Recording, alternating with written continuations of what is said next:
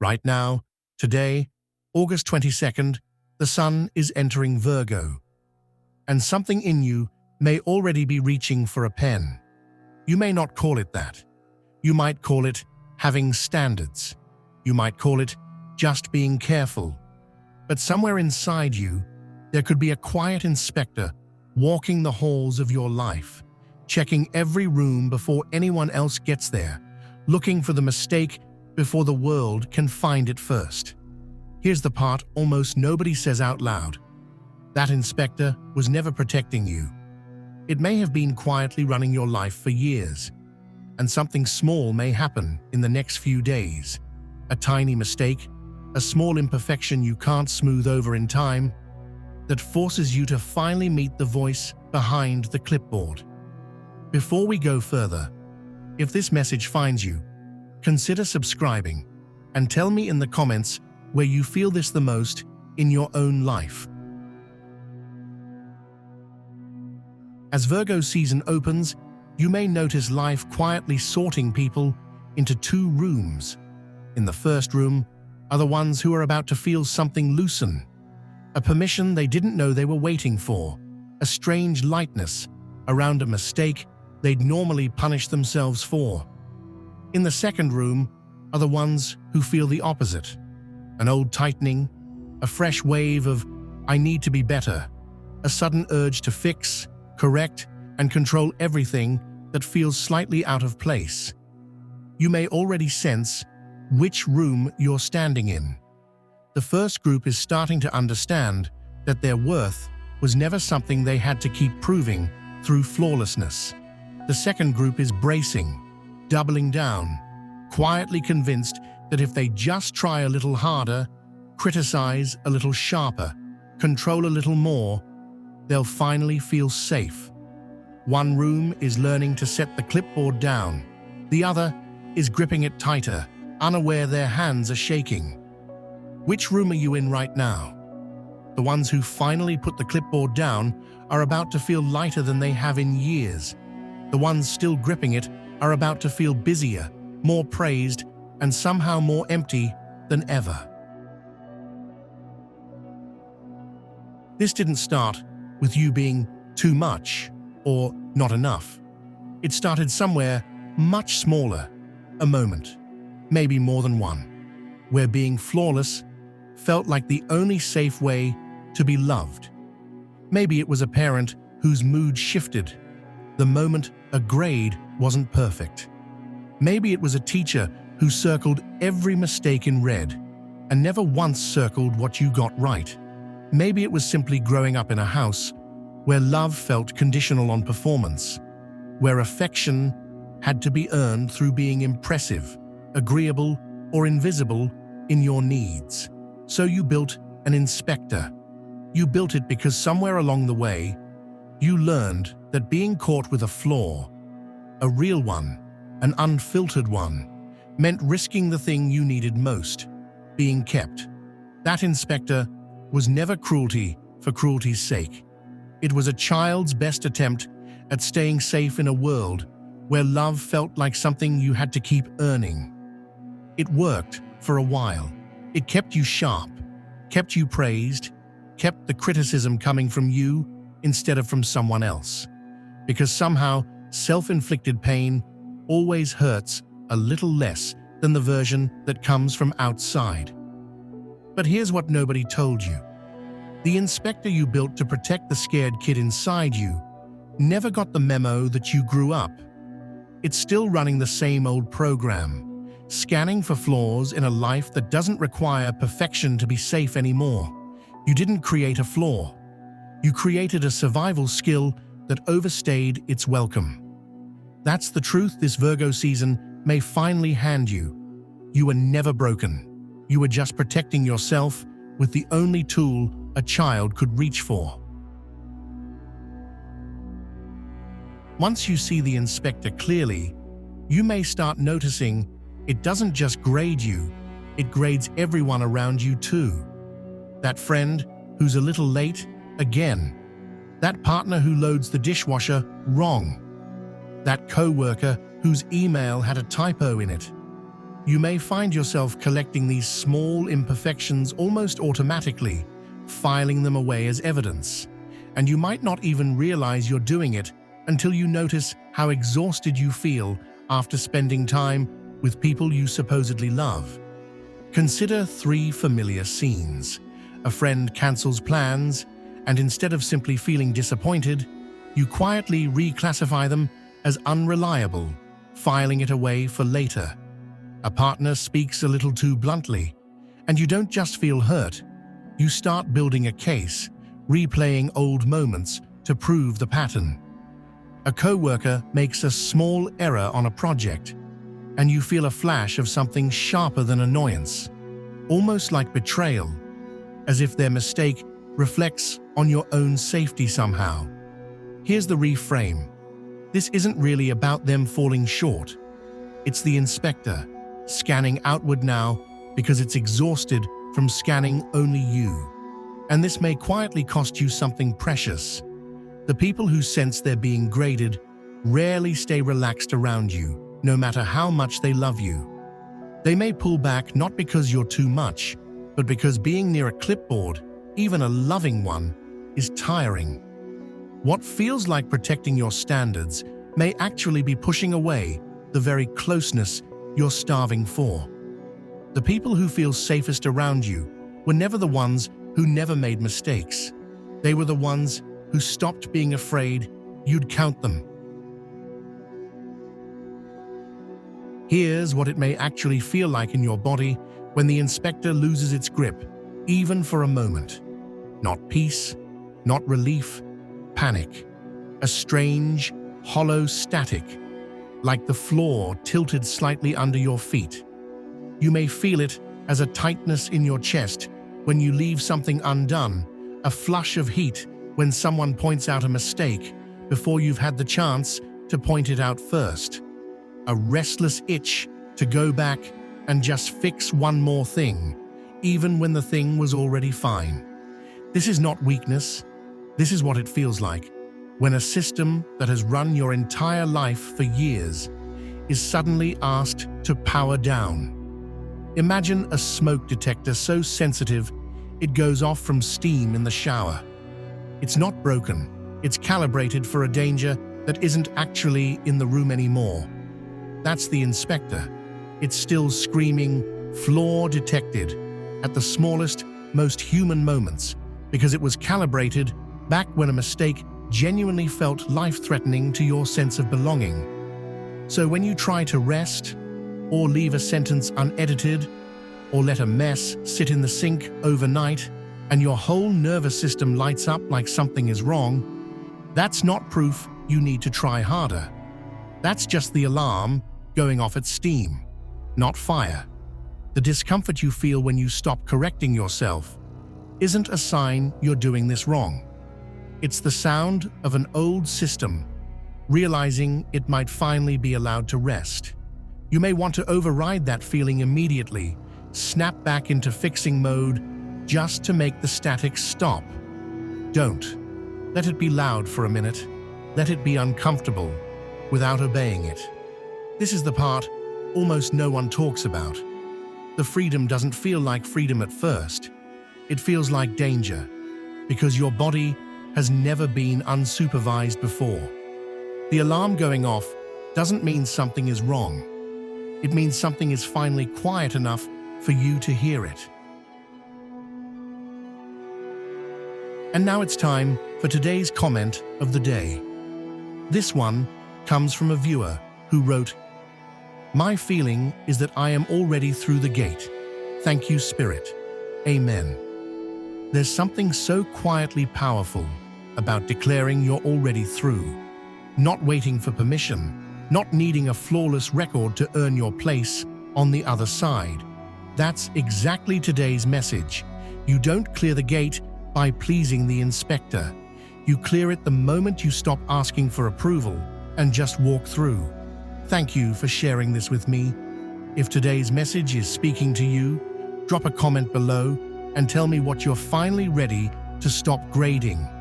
I'll be reading, and I'll mention the best comment in my next video. Thank you for sharing this.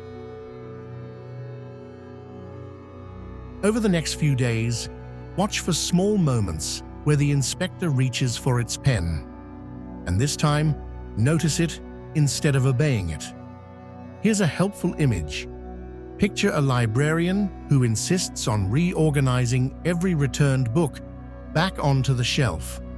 Right that second, even when the library is about to close and everyone just wants to go home. That's the inspector's energy, an urgency to fix, sort, and correct that often has nothing to do with what the moment actually needs.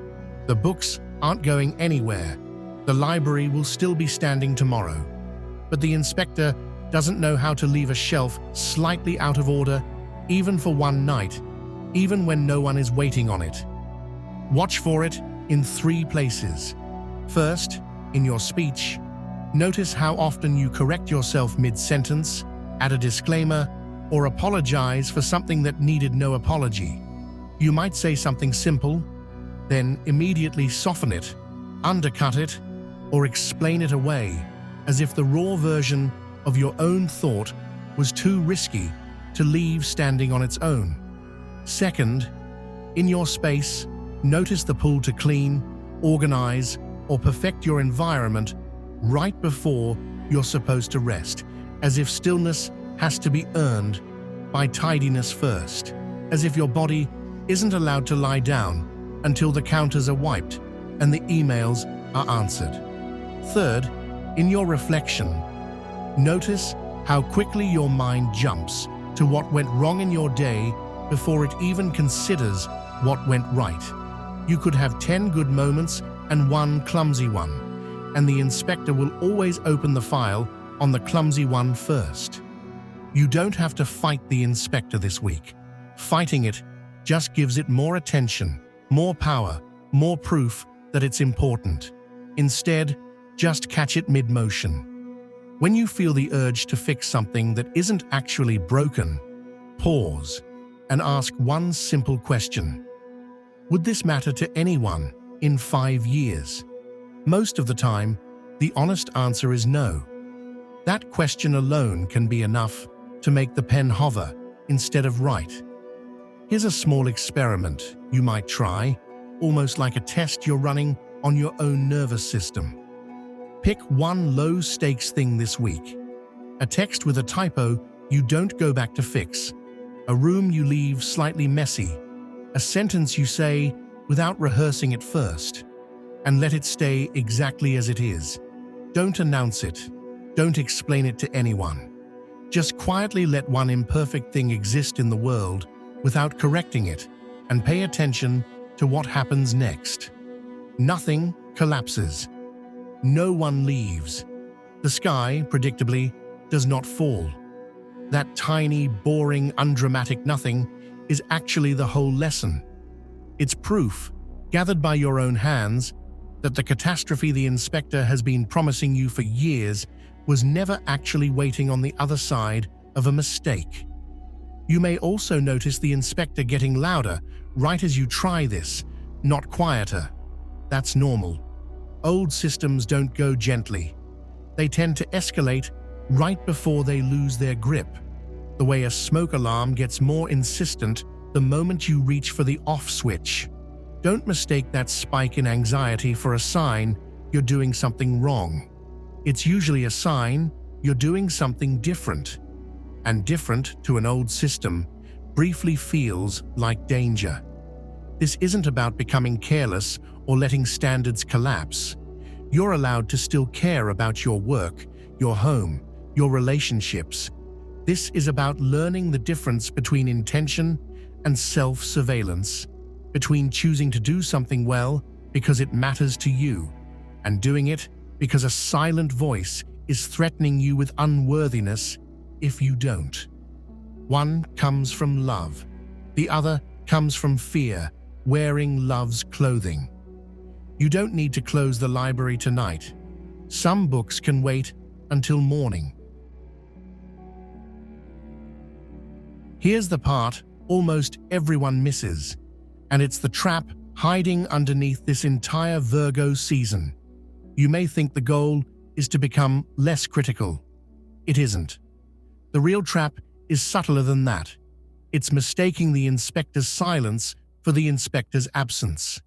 You can go quiet on the outside, stop the visible perfectionism, smile, and say, "It's fine, I'm working on myself," while the inspector simply moves its operation underground, grading you in private instead of out loud. This is the deeper test, not whether you stop criticizing yourself, but whether you stop believing the criticism was ever love in disguise. Most people, when they finally notice the inspector, don't fire it. They just promise to be nicer while it holds the pen. They tell themselves, "I'll still have standards, I'll just be gentler about it," and then quietly keep grading everything, just with a softer voice narrating the same verdict. That's not healing. That's the inspector learning your new vocabulary. The hidden truth is this: the inspector was never actually protecting your excellence.